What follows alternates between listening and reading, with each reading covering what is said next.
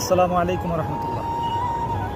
আমি তাওহিদুল ইসলাম, Kushtia Islamic university থেকে honours masters শেষ করে এখন বলা চলে বেকার অবস্থায় আছে। তো কতদিন থেকেই দেশের বিভিন্ন ডিসিশন হোক বা চলমান বিভিন্ন বিষয় নিয়ে কথা বলতে মন চায়, কিন্তু তারপর বলি না, থাক, বলি কি লাভ। বর্তমান চলমান যে পরিস্থিতি ইভ্যালি, এটা নিয়েও কয়েকদিন থেকে কথা বলবো, তাও বলা হচ্ছে না। ভাবলাম যে বলে লাভ কি। তারপরে মাথায় আসলো যে আমরা পড়াশোনা করে যতটুকুই হোক, যতটুকুই শিক্ষা অর্জন করছি, আমরা যদি বিভিন্ন বিষয়ে কথা না বলি তাহলে কথাটা বলবে কে? তাই আজকে কয়েকটি কথা বলার জন্য, এই প্রথম, জীবনের প্রথম হয়তো কোনো একটা বিষয়ে মুখ ফুটে কথা বলার জন্য আজকে আপনাদের সামনে আসা। প্রথমে আমি একটা উদাহরণ দিব। আমাদের স্যার ইউনিভার্সিটিতে এই উদাহরণটা তার কাছ থেকেই শোনা। একটা কাঁকড়া চাষের খামারে দুই প্রকার কাঁকড়া চাষ করা হয়। একটা হলো বিদেশি কাঁকড়া আর কতগুলো হলো দেশি কাঁকড়া। তো ওই বিদেশি কাঁকড়াগুলো নিয়ে একটা বালতির মধ্যে রাখা হয়। তো সেখানে বালতিটা রেখে বালতিটা ঢাইকা দিছে।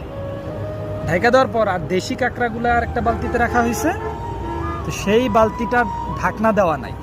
তো কাঁকড়া এরকম নিতেছে, বিদেশি কাঁকড়া বিদেশি বালতিতে আর দেশি কাঁকড়া দেশি বালতিতে। দেশি বালতিটা ঢাকা নেই আর বিদেশি বালতিটা একদম ঢাকনা দিয়ে দেওয়া। তো কাঁকড়া খামারের ওই কর্মচারীকে জিজ্ঞেস করা হলো যে, আচ্ছা, তুমি বিদেশি কাঁকড়ার বালতিটা ঢাকনা দিয়ে রাখলা আর দেশি কাঁকড়াটা ঢাকনা দিয়ে রাখলা না কেন? তখন সে উত্তর দিল যে, যদি বিদেশি কাঁকড়াগুলা পালানোর চেষ্টা করে তাহলে একে অপরে নিচ থেকে তুলে ধরে বলবে যে, যা যা যা, তুই পার হয়ে যা, এজন্য ঢাইকা দিছি। আর দেশি কাঁকড়ার যেটা বালতি, এটা ঢাইকা না দেওয়ার কারণ হলো, এখান থেকে একজন যদি পালানোর চেষ্টা করে, ওরাই পা ধইরা টাইনা নামাবে যে, তুই যাস কই, তুই পালাস কই। ওরাই নিজেরাই মারামারি করে নিজেদেরকে নিজেরা টাইনা ধরবে। এটাতে ঢাকনা দেওয়ার দরকার নাই। দুঃখজনক হলেও সত্যি, বর্তমান বাংলাদেশের পরিস্থিতি, বর্তমান না, আগে থেকে বাংলাদেশের আমাদের মন মাইন্ডটাই এমন, আমরা কাউরে বড় হইতে দিতে চাই না। আমার চাইতে অন্য কেউ বড় হবে এটা আমরা চাই না। এটা আমরা নীতিগত দিক থেকেও, আমাদের মাইন্ডগত দিক থেকেও। তো বর্তমান ইভ্যালি পরিস্থিতি নিয়ে সম্পূর্ণ এমন একটা চিত্র আমরা দেখতে পারতেছি। ইভ্যালি নিয়ে এত মাথা ব্যথা, এত গন্ডগোল, এত কিছু, তারে ধৈরা চাইপা মাইরা গলা টিপা হত্যা করা, তারে ফাঁসি দেওয়া, এগুলো কেন হইতেছে? কারণ সে অল্পতেই এত বিস্তার কেন হলো? এটাই হলো মূল কারণ। এত অল্পতেই এত বাড়লো কিভাবে একটা কোম্পানি, এটাই মূল কারণ আমি মনে করি। তো কয়েকটা বিষয় এখানে আলোচনা করি। প্রথমত আসি, ইভ্যালির অপরাধ কি? ইভ্যালির অপরাধটা কি? তার অপরাধ কি? বিভিন্ন টিভি টক শো থেকে শুরু করে অনেক মিডিয়া জগতের যা আসতেছে, ইভ্যালির যত অপরাধ আনতেছে, বাংলাদেশ বর্তমান আইনের দিক থেকে ইভ্যালির বর্তমান কাণ্ডকলাপ নিয়ে ইভ্যালিকে অপরাধী কোন হিসেবে অপরাধী বানানো হচ্ছে। চ্যালেঞ্জ থাকলো আপনাদের, যে ব্যারিস্টার তানজিম, ওনাকে চ্যালেঞ্জ থাকলো, ইভ্যালিকে অপরাধী করে দেখান আপনি। কোন হিসেবে সে অপরাধী, কোন অপরাধে অপরাধী? সে তার ব্যবসায়িক যে স্ট্র্যাটেজিটা ধরছে সেটা আজকে নতুন না, 3 বছর থেকে সে রানিং করতেছে। আপনি যদি বলেন যে একজনের টাকা আরেকজনকে দিতেছে, তার কোম্পানির বিস্তারের জন্য ব্যয় করতেছে, এটা তার অপরাধ, সেটা তো আজকে থেকে করেনি সে।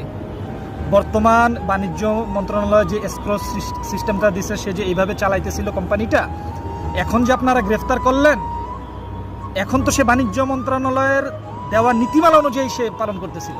আর যদি বলেন একজনের টাকা আরেকজনকে দেওয়া, এগুলো হলো ইভ্যালির অপরাধ, তাহলে তো সে অপরাধী ছিল আর 2 বছর আগে, আর 3 বছর আগে। তখন গ্রেফতার করলেন না কেন? বর্তমান আইন, বর্তমান নীতিমালা অনুসারে এই লোকটা প্রতিটা স্টেপ পালন করে আসছে, তাহলে সে অপরাধী কিভাবে? তার অপরাধটা হলো কোথায়? এখন আসি, অর্থ আত্মসাৎ কাকে বলে? আত্মসাৎ হলো কিভাবে?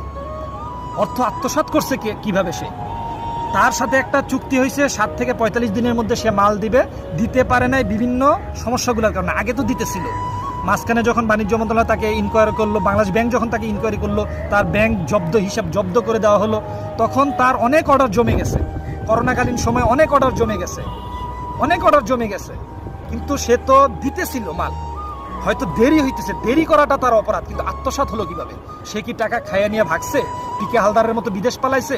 তারপরে অরেঞ্জের মালিকের মতো পালাইছে? সে কি ধামাকার মতো বিদেশ টাকা পাচার করছে? তাহলে টাকা অর্থসাৎ মানে অর্থ আত্মসাৎ হলো কিভাবে? কিভাবে হলো? তার অপরাধটা কোথায়? দ্বিতীয়ত আমরা আসি, ইভালির উদ্দেশ্যটা কি? ইভালির উদ্দেশ্যটা কি? আপনি নিজের জায়গা থেকে ইভালির কর্মকাণ্ডগুলো নিয়ে একটু বিশ্লেষণ করেন, আপনি ইভালির উদ্দেশ্যটা টের পাবেন, নিজেই বুঝতে পারবেন ইভালির উদ্দেশ্য কি। ইভালির উদ্দেশ্য যদি খারাপ থাকতো, সে যদি টাকা মেরে দিয়ে চলে যাওয়ারই তার নিয়ত থাকতো, উদ্দেশ্য থাকতো, সে এত ডাক ঢোল পিটিয়ে এত কিছু করতো না, অসম্ভব।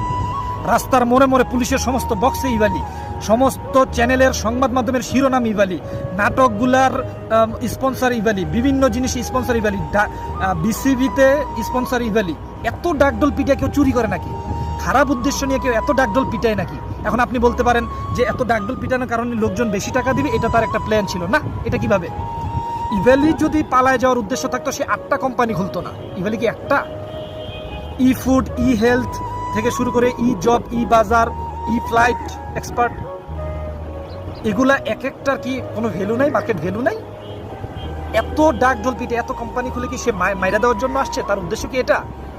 যারা সিটিতে রয়েছেন, আমরা তো ভাই কাচ্চি ভাই খাইতে পারি না, যারা সিটিতে রয়েছেন, এই যে ব্যারিস্টার তানজিমকে বলবো, একদিন শুক্রবার, একদিন আপনি বড় যে কোনো একটা রেস্টুরেন্টের অর্ডার আপনি ই ফুড থেকে করে দেখেন, শুক্রবারে কাচ্চি ভাই হোক, সুলতান ডাইন হোক, আপনি 1-1.5 ঘন্টা 2 ঘন্টাও পাবেন না 40 মিনিটের ডেলিভারিটা।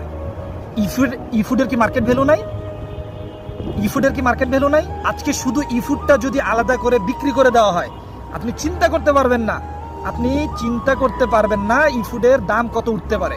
10 কোটি, 20 কোটি, 50 কোটি, আপনি চিন্তা করতে পারবেন না। ই ফুডের ডিমান্ড কত সিটিতে জানেন আপনি? রেস্টুরেন্টগুলা কিভাবে ব্যবসা করতেছে ই ফুড দিয়ে? তাহলে এই ভদ্রলোকটা যে ব্যবসা করতে চায়, মাননীয় প্রধানমন্ত্রী তিনি বলেছেন চাকরির দিকে না ঝুঁকা তোমরা উদ্যোক্তা হও। এই উদ্যোক্তার গলা চাইপা ধইরা আজকে আপনারা কাকড়ার মতো টানাটানি শুরু করছেন তারা নিচে নামানোর জন্য।